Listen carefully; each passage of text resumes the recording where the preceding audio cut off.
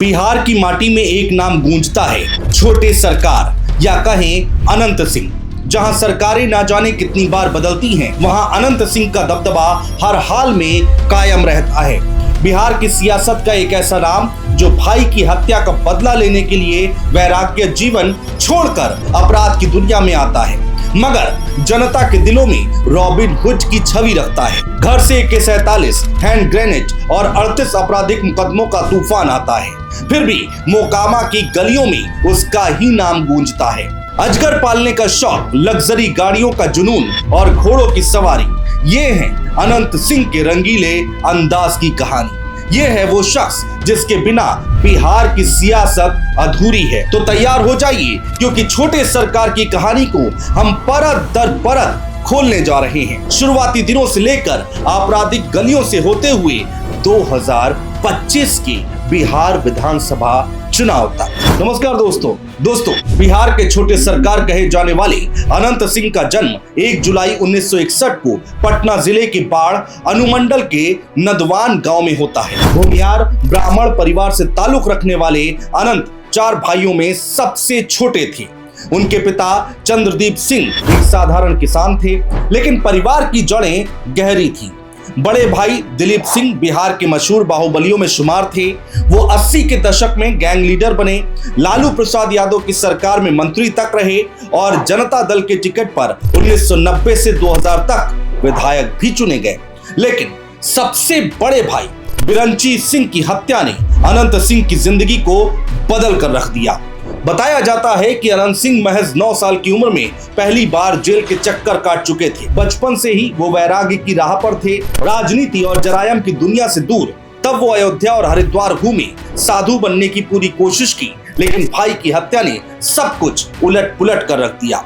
भाई की हत्या के बाद अनंत सिंह पर बदले का भूत सवार हो गया। दिन रात हत्यारों की तलाश में लगे रहे। एक बार तो नदी पार तैरकर हत्यारे तक पहुंचे और ईंट पत्थरों से उसे सबक सिखाया, और यहीं से अनंत सिंह की जिंदगी अपराध की राह पर मुड़ गई।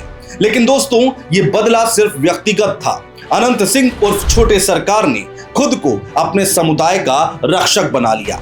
वो इसलिए क्योंकि बाढ़ इलाके में राजपूत और भूमियारों के बीच उस समय खूनी जंगें चल रही थी, और अनंत सिंह उभरे भूमियारों के रॉबिन हुड के रूप में। मगर दोस्तों, इन सब के बाद अब सवाल ये उठता है कि आखिर अनंत सिंह पर माफिया शब्द का तमगा कैसे लग गया।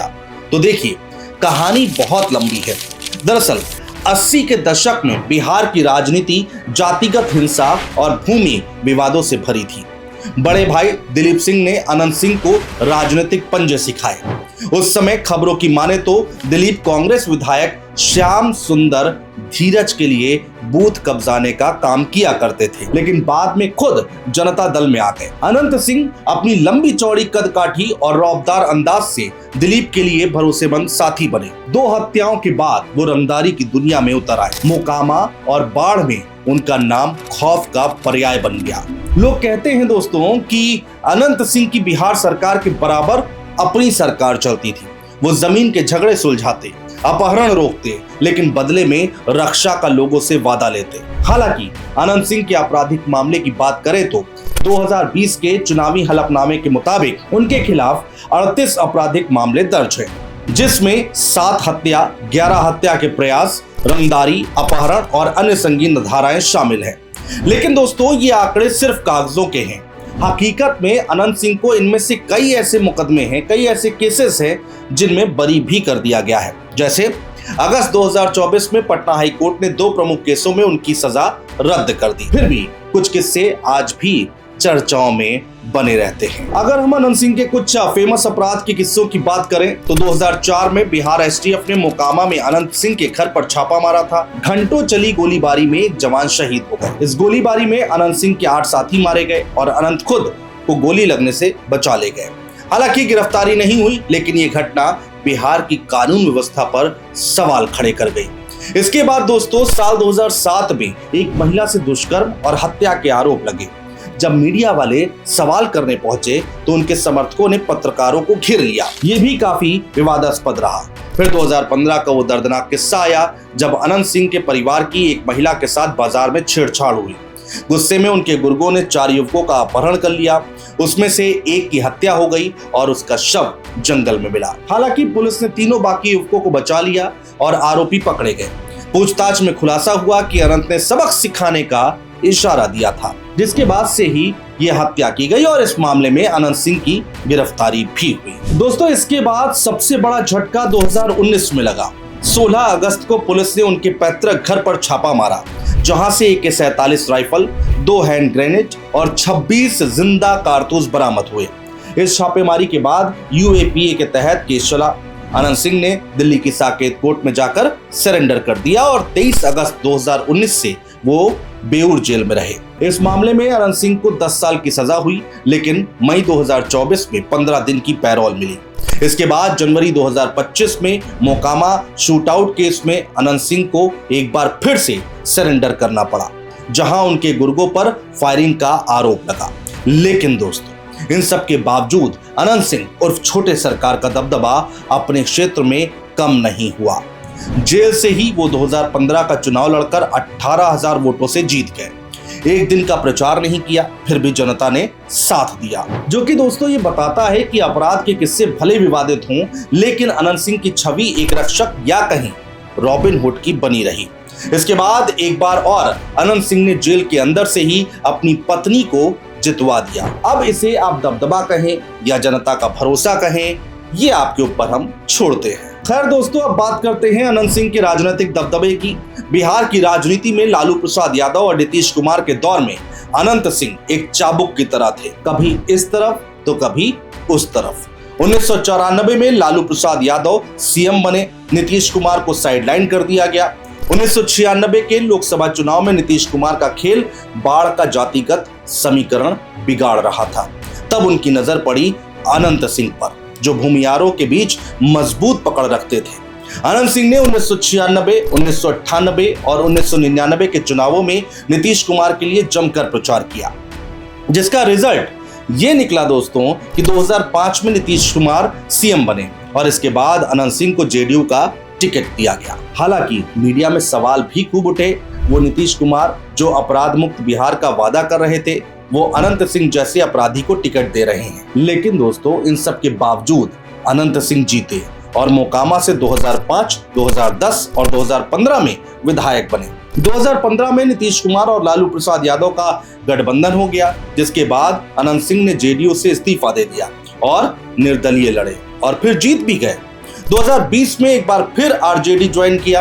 अनंत सिंह का दबदबा कायम रहा। इन सब के बीच में दोस्तों, नीतीश कुमार के साथ उनका रिश्ता बड़े छोटे भाई जैसा था। एक बार अनंत सिंह ने नीतीश कुमार को चांदी के सिक्कों से तौल दिया, वो भी एक रैली में, भरी सभा में, सबके सामने। इतना ही नहीं, हाल ही में 2024 में फ्लोर टेस्ट के दौरान अनंत सिंह ने JDU को एक बार फिर से समर्थन दिया और अब 2025 के विधानसभा चुनावों में अनंत सिंह उर्फ छोटे सरकार एक बार फिर से सुर्खियों में है। दोस्तों, इन सब के बीच अनंत सिंह को छोटे सरकार क्यों कहा जाता है, ये सवाल हर किसी के जहन में आता है, जिसको लेकर कहा जाता है कि ये नाम मोकामा की गलियों से ही निकला है।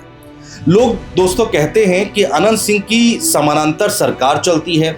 जो सरकार राज्य में होती है, उसके समान बिहार में अनंत सिंह का राज चलता है। वो इलाके के झगड़े सुलझाते हैं, गरीबों की मदद करते हैं। हालांकि इस नाम को लेकर यह भी कहा जाता है कि एक बार उन्होंने पटना की सड़कों पर बग्घी में घूमते हुए एक वीडियो बनवाया और उसके पीछे यानी कि उसके बैकग्राउंड में उदित नारायण का गाना छोटे सरकार बज रहा था। बस दोस्तों, तभी से ये नाम अनंत सिंह की पहचान बन गया। दोस्तों, अनंत सिंह के शौक भी कम रोचक नहीं है। इनको अजगर पालने का शौक है, घर में सांप रखते हैं, घोड़ों के दीवाने हैं। एक बार तो लालू यादव का पसंदीदा घोड़ा किसी और के जरिए खरीद लिया। इतना ही नहीं, हाल ही में 2.5 करोड़ की एक लग्जरी कार खरीदी है।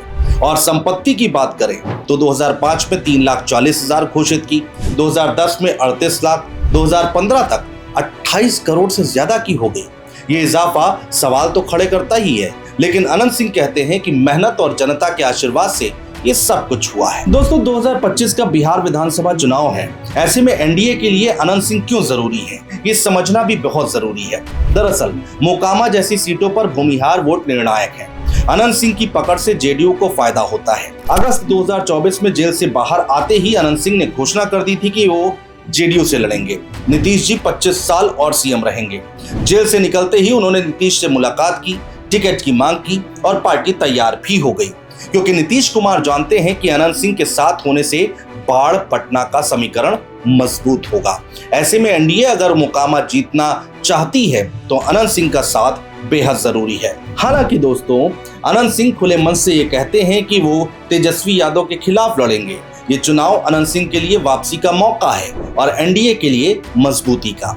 अब इस बयान से अनंत सिंह अपनी ताकत एनडीए को दिखाना चाहते हैं या फिर वो तेजस्वी यादव को सत्ता में नहीं आने देना चाहते, ये कहना थोड़ा सा मुश्किल है। आखिर में दोस्तों इतना ही कहूंगा कि अनंत सिंह की कहानी बिहार की राजनीति का आईना है, जहां दबदबा, जाति, दबंगई और जनसेवा मिलकर इतिहास रचते हैं, कभी जेल की सलाखों में, कभी विधानसभा की कुर्सी पर। हालांकि इन सब के बीच ये देखना बेहद दिलचस्प होगा कि क्या 2025 में वो फिर छोटे सरकार बनकर लौटेंगे या नहीं। खैर, ये तो वक्त ही बताएगा, लेकिन एक बात तो पक्की है, वो ये है कि मोकामा की माटी में अनंत सिंह का नाम अमर है। आपको अनंत सिंह की ये कहानी कैसी लगी, हमें कमेंट बॉक्स में कमेंट करके जरूर बताइएगा। बहुत शुक्रिया दोस्तों। जय हिंद।